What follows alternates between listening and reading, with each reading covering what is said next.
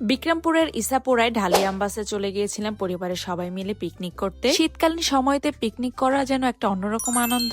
যেহেতু ঢালিসাম্বার একটি রিসোর্ট, তো রিসোর্টে কিন্তু অনেক রকমের অ্যাক্টিভিটি ছিল আর ঘোরার মতো অনেক জায়গা ছিল, অনেক প্লেস ছিল। রিসোর্টে গিয়ে আমরা সবাই বাচ্চা হয়ে গিয়েছি, সবাই বাচ্চাদের মতো খেলাধুলা করেছি। সেদিন না ওয়েদারটা অনেক বেশি ভালো ছিল, ঠান্ডা ঠান্ডা পরিবেশের মধ্যে আবার হালকা রোদও ছিল। রাতের দিকে কনসার্ট হয়েছে, কনসার্টে আমরা অনেক নাচানাচি করেছি, বাচ্চারা অনেক বেশি এনজয় করেছে, অনেক খাওয়া দাওয়া করেছি। তো সারাদিন কি করলাম, কি খেলাম, সেগুলো নিয়ে থাকছে আজকের এই ভিডিওটি। আসসালামু আলাইকুম, this is Arifa OP. How are you everyone? I hope all of you are well and I am also doing great. পরিবারের সবাই মিলে পিকনিকে যাব, তাই ভোর 5টা থেকে রেডি হওয়া শুরু করেছি। তো আমরা যখন যাচ্ছিলাম তখন বাজে সকাল 7:30টার মতো। এত সকালে রেডি হতে প্রথমে একটু খারাপই লাগছিল, কিন্তু যখন একদম রেডি হয়ে বের হয়ে গিয়েছি তখন কিন্তু বেশ ভালোই লাগছিল। তো আমরা রিসোর্টে চলে গিয়েছি, তারপর রিসেপশনে কিছুক্ষণ বসে অপেক্ষা করেছি সবার জন্য। এদিকে আমি আবার একটু আয়না পেয়েছি, তো আয়না পেয়ে আমি আবার একটু ভিডিও করে নিচ্ছি। নর্মালি আমি কিন্তু ব্ল্যাক কালার ড্রেস তেমন একটা পরি না, কিন্তু অনেক দিন পর আমি ব্ল্যাক কালার ড্রেস পরলাম। আমার কাছে মনে হচ্ছে বেশি একটা খারাপ লাগছে না আমাকে।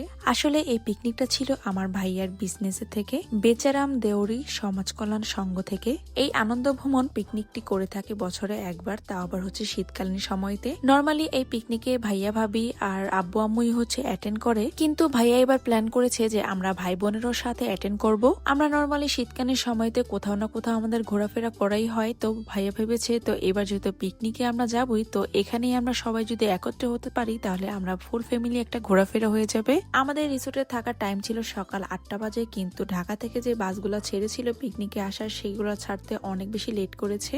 আর এটার বেশি কারণ ছিল সেখানে গাড়ি নষ্ট হয়ে গেছিল মাঝ রাস্তায়, তাই গাড়িগুলো আসতে অনেক লেট হয়ে গিয়েছে। ঢাকা থেকে বাস আসতে প্রায় 11টা বেজে গিয়েছে। তারপর আমরা রিসেপশন থেকে চলে যাচ্ছি ভিতরে। এটা যেহেতু একটা পিকনিক, আর এখানে কিন্তু আমাদের জনপ্রতি আসতে প্রায় 1500 টাকার মতো লেগেছে। এই 1500 টাকার মধ্যে আমরা কি পেয়েছি সেটা সকালের নাস্তা পেয়েছি, তারপর দুপুরের খাবার পেয়েছি, বিকালের আমাদের নাস্তা ছিল।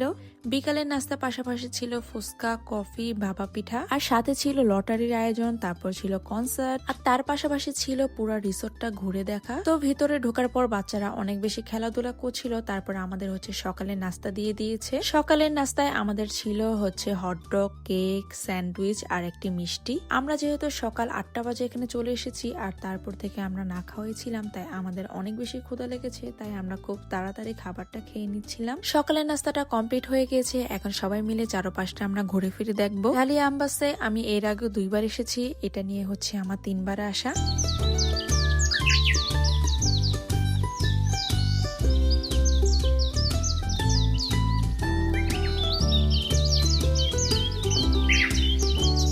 আজকের ওয়েদারটা মাশাআল্লাহ এত বেশি ভালো ছিল, যেমন হালকা হালকা ঠান্ডাও ছিল, তার পাশাপাশি ছিল অনেক রোদ। এখানে কিন্তু অনেক সুন্দর একটি রেস্টুরেন্টও রয়েছে, বুফেটে খাওয়ার মতন ব্যবস্থাও রয়েছে।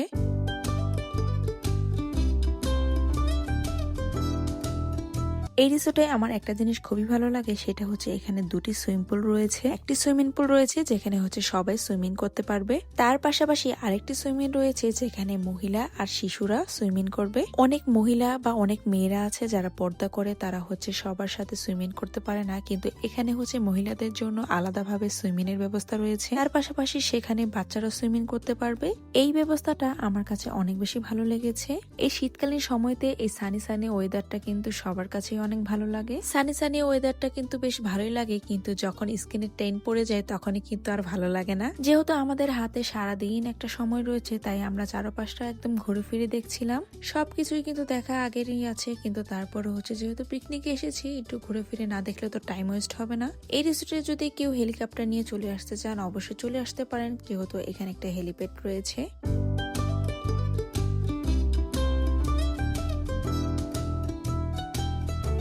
পিকনিকে আসার আগে আমাদের প্ল্যানিং ছিল আমরা সবাই মিলে সুইমিং করব, কিন্তু তারপরে বাসার থেকে সবাই ডিসিশন নিয়েছি না, এত ঠান্ডার মধ্যে বাচ্চাদেরকে নিয়ে সুইমিং করা যাবে না। কিন্তু এই ডিসিশনটা নেওয়া আমাদের অনেক বড় একটা ভুল ছিল। আমরা যখন রিসোর্টে যাই তখন কিন্তু অনেক বেশি রোদ ছিল, আর এত মানুষের মধ্যে এত বেশি গরম লাগছিল, পানি দেখে মনে এখনই ডুব দেই। কি আর করার, বাসা থেকে যেহেতু আমরা কেউ ড্রেস নিয়ে আসি নাই, তাহলে তো আমাদের সুইমিং করার কোনো মানেই হয় না। এর আগেও 2বার এসেছি, কিন্তু এই পাশটা কিন্তু ছিল না। এই পাশটা নতুন ভাবে তৈরি করা হয়েছে বাচ্চাদের জন্য।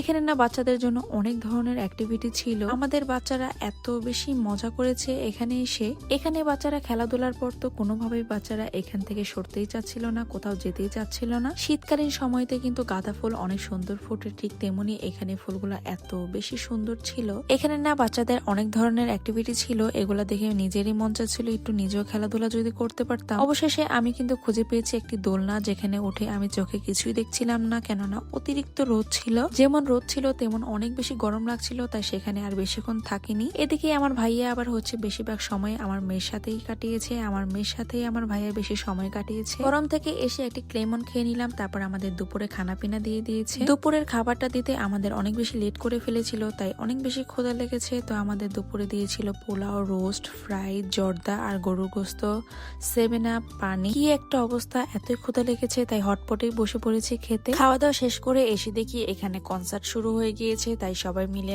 চেয়ার নিয়ে বসে পড়লাম কনসার্ট দেখার জন্য।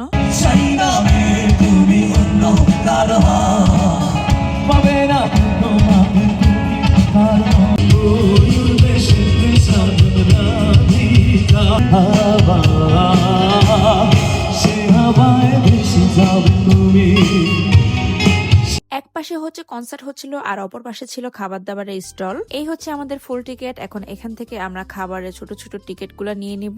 যেমন এই স্টলে বসেছিল ফুচকা, আর এটা আমাদের ফুচকার টিকেট, যেটা নিয়ে আমাদের ফুচকা খেতে হবে। অপর পাশে ছিল কফি, আর শীতকালীন সময়তে কিন্তু কফিটা খেতে বেশ ভালোই লাগে, যেহেতু ঠান্ডা ঠান্ডা ওয়েদার। মোস্ট ডিমান্ডেড খাবার ছিল ভাপা পিঠা। শীতকালীন সময়তে ভাপা পিঠা কিন্তু সবারই পছন্দ। তো এখানে কিন্তু 4টি চুলাতে চাচারা বানাচ্ছিল।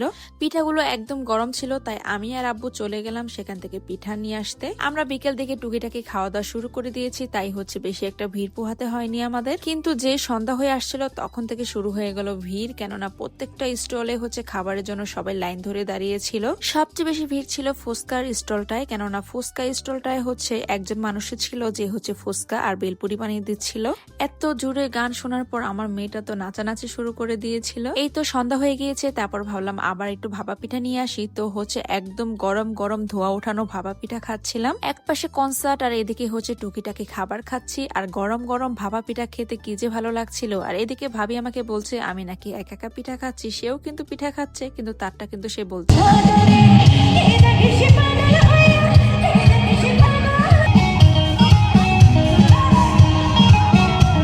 গান শুনতে শুনতে আমাদের বাসার বাচ্চারা নিজেদের কন্ট্রোল করতে পারছে না, তাই তারাও কিন্তু অনেক নাচানাচি করেছে।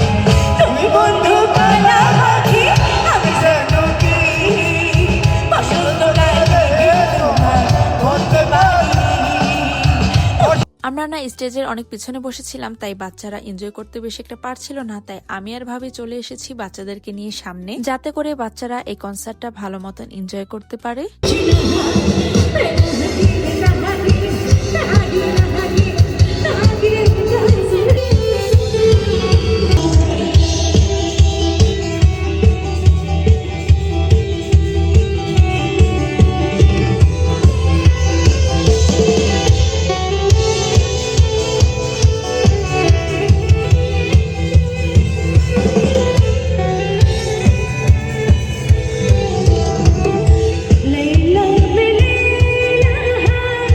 এরপর আমাদের বিকেলে নাস্তা চলে এসেছে। নাস্তায় আমাদের ছিল একটি বার্গার, আর ছিল চিকেনের পুরের মতো, এটা মেবি কি বলে সমোচার মতো খেতে। সাথে ছিল একটি কমলা আর 1 বোতল পানি। বাচ্চারা কিন্তু বার্গার পেয়ে অনেক বেশি এনজয় করে খাচ্ছিল, কেননা বাচ্চাদের তো বার্গার খুবই বেশি পছন্দ।